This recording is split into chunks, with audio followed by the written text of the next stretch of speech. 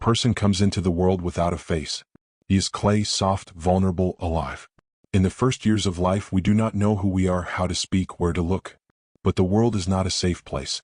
It has rules, conventions, and expectations. And in order to survive, a child learns. They learn to laugh when it hurts. They learn to be silent when they want to scream. They learn to be comfortable, acceptable, normal. This is how a mask is molded. Not out of malice but out of need. You need it to avoid being left on the sidelines of other people's eyes. It saves you when you can't be yourself. A mask is not an enemy. It is a costume of an actor who goes on stage under the name Life among others. The problem comes later. The mask grows over the years. We forget that it's just a role. And we start living as if we were it. A smile that has become automatic. Manners that are no longer a game but the norm. We begin to fear that without all this, we will not be accepted. They won't love us. They won't see us. And here we are, tired, irritated, tense. We hide our fears behind words. We chew our days like sand. Because we don't understand why everything seems to be right, but we feel empty inside. Because we don't live our lives, we don't speak our minds, we feel somehow, artificially. In fact, this emptiness is not an enemy. It is a signal. It is a call from the depths. It is the first whisper of the true self that has been waiting for years to be seen. It does not scream. It does not push. It just is. It is like a quiet voice in a crowd of loud voices. The beginning of inner transformation is not when you find the truth. It is when you finally recognize that everything you think you are can only be a protective layer. And then something inside cracks. But this is not the end. It is the beginning of a journey. Awakening is not a celebratory act. It is more like coming home after a long sleep, where you dreamed of other faces, other lives. And you suddenly see yourself for the first time. Without any makeup. No shadows. No labels. The real danger is not that we wear masks. The real danger is that we have stopped seeing that we are wearing them. There is a place in each of us that we refuse to recognize. It is not brought to light, not spoken out loud, not recorded in questionnaires. This is the shadow. Jung called it our invisible half. Everything that does not correspond to the image we want to see in the mirror goes there, to this mental closet, where darkness not only exists but accumulates. In the shadows lives the aggression that we are ashamed of. Envy, which we call injustice. Cruelty disguised as integrity. Everything we are afraid of in ourselves, we simply stop noticing. But the shadow never disappears. It waits patiently. And it reminds us of itself at the most inopportune moments, in explosions, in painful reactions, in dreams that we do not understand. We think it was an accident. That we were pissed off. But no, it was not the world that ruined the day. It was the shadow that leaked through the cracks of control. Because it wants to be seen. It is a part of the whole. And while we try to be only good, only light, we reject half of ourselves. A person who is not familiar with his shadow becomes an easy prey. Not for others but for himself. They live in a minefield of their own repressed emotions. Any touch and an explosion. And then shame. And then the mask again. There is more than just darkness in the shadows. There is power there. There are real desires, real energy, real personality. But this power is given only to those who are able to look straight ahead. Without excuses. Without morality. No fear of seeing who you can be when you take off the armor. It is like meeting a wild animal that has been kept in a cage for years. At first there is panic. Then there is silence. And then realization. This beast is not the enemy. It is you. Your truth, which you have been hiding from yourself. Jung said, the one who integrates his shadow becomes whole. This does not mean giving free rein to the darkness. It means knowing that it is there. And to keep it close. Not in chains but in awareness. The whole is always stronger than the half. The light that knows about the darkness is unquenchable. A person who accepts his shadow is no longer afraid of others. For he is no longer afraid of himself. In the silence of the inner cave, where the forgotten part of you stands, the strongest awakening begins. Without celebrations. No noise. Only the fact, you are no longer running away. You are returning to yourself. As long as you reject your shadow, it controls you. When you recognize it, you regain power over yourself. Man has created a world of rules, systems, and plans. Calendars, schedules, goals, time management. Everything is to control. Time, body, events, even your own thoughts. This is no accident. Deep down there is an ancient fear. The fear of chaos. Fear of a life that does not ask for permission. Control is an armor. It is heavy but it gives the illusion of security. As if you put everything on the shelves, nothing bad will happen. As if you can avoid pain, betrayal, accidents. But reality does not obey our schemes. It comes like a storm, without warning, without invitation. And the armor cracks. We try to control everything: relationships, self-image, even our inner voice. But the more effort we make, the more tension we feel. And the more tension, the less life. Because life does not fit into a framework. Those who seek absolute control live in constant anxiety. It's like holding water in your palms. It seeps through your fingers. And you get nervous, squeeze even harder, but you lose even more. Because the point is not to hold it. It's about learning to be in the flow. Jung wrote that we don't live so much as we let things happen to us. A person is not a machine that can be completely programmed. He is a process, he is a change, he is a journey into the unknown. And true maturity begins not with control, but with acceptance. With the realization that we do not control everything, and we should not. This is not surrender. It is courage. Trusting the process does not mean giving up the wheel. It means learning to listen to the wind. Not to fight it, but to go along with it. Otherwise life passes by. All that remains is fatigue and longing for something elusive. Control kills spontaneity. And without it, there is no creativity, no real feelings, no real decisions. What remains is artificial precision, like symmetry in a morgue. We are afraid to let go because we do not believe that something good can happen without our intervention. This is the deepest root distrust of life. As if it were an enemy. But life is not an enemy. It is a co-creator. It is waiting for us to open our fists. When you take off the mask of control, you are left with a naked self.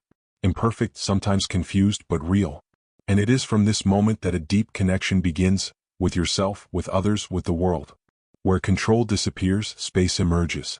And in space, truth is born. As long as you hold everything in your hands, you have nothing left inside.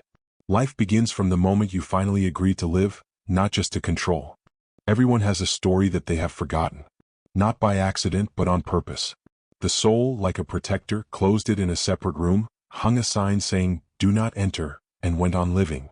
But those rooms are never truly closed. They whisper. In dreams. In reactions. In choosing partners. In running away from oneself. Trauma is not just about what happened. It's about what we couldn't live through. It's a frozen feeling, a stuck emotion, a broken link. And until we get back there, we'll keep stepping on the same rake over and over again, thinking the world is to blame, that a person doesn't understand why they're being dumped again. Why they don't trust even when everything is fine. Why they get angry when someone shows concern. This is not logic. This is a wound. And they don't ask permission to influence life. They already influence. The subconscious mind remembers everything. And if the conscious mind chooses to forget, the subconscious mind chooses to repeat. Not for punishment. For healing. It recreates situations so that we can finally face what we were running from. And be able to go where we once broke. Healing does not happen by forgetting. It comes when we walk into the same room. When we sit down with our pain without running away. Without judging. Without trying to fix. Just being. With compassion. And with truth. This is not a romantic scene. This is a quiet, difficult process. There are many tears, many silences, many pauses. But it is in this pause that something thaws. From deep within, warmth begins to come out. Not like a flash, like breathing. Like presence. And with it, a piece of oneself returns. When a person meets his trauma not as an executioner but as part of the path, he stops fighting. And then softness comes. Not weakness but wisdom. Instead of for what appears, for what. Instead of pain, silence. And in silence, clarity. Old wounds don't go away. They turn into scars. But a scar isn't the end. It's a sign that you survived. You passed. You became different. And you're not running away anymore. What you've been hiding from yourself isn't the enemy. It's a part of you that's still waiting to be embraced. Where there's pain, there's no limit. There's a door. A person rarely recognizes his shadow. But even more rarely does he admit that he sees it in others. What irritates us the most is never accidental. We react to the harshness of others because we hide our own. We are irritated by selfishness because we have never allowed ourselves to choose ourselves. We do not tolerate lies because we ourselves are silent about the truth every day. The world around us is a mirror. And it is most unpleasant when it shows us what we do not want to see. We call it hostility, unacceptability, toxicity. But deep down we know, every reaction is an echo of something we have repressed. This is how the collective shadow works. It is not just personal. It is like a cloud hanging over entire generations, nations, families, and everyone carries a piece of it within themselves. When society looks for the guilty party, it is actually looking for a way not to look at itself. When the crowd gets angry, it does not see that it is getting angry at its own shadow, disguised as an enemy that we hide our darkness in political slogans, religious dogmas, moral concepts. And we call it the struggle for the truth. But the truth does not need to be fought for. It simply is. The struggle is a defense against the painful confession. What we condemn lives within us. The shadow is contagious. If one person throws it out, others pick it up. This creates a chain reaction. And the world turns into a field of projections. People no longer see each other. They only see their shadows reflected on other people's faces. But there is another way. When you begin to notice that the reaction is your story, not objective reality. When instead of condemnation, curiosity appears. Why does this trigger me? Where does this familiar feeling come from? Then the need to fight disappears. And understanding comes. Someone else's darkness is not a threat, but a reminder of something unhealed, unlived, left in the basement of memory.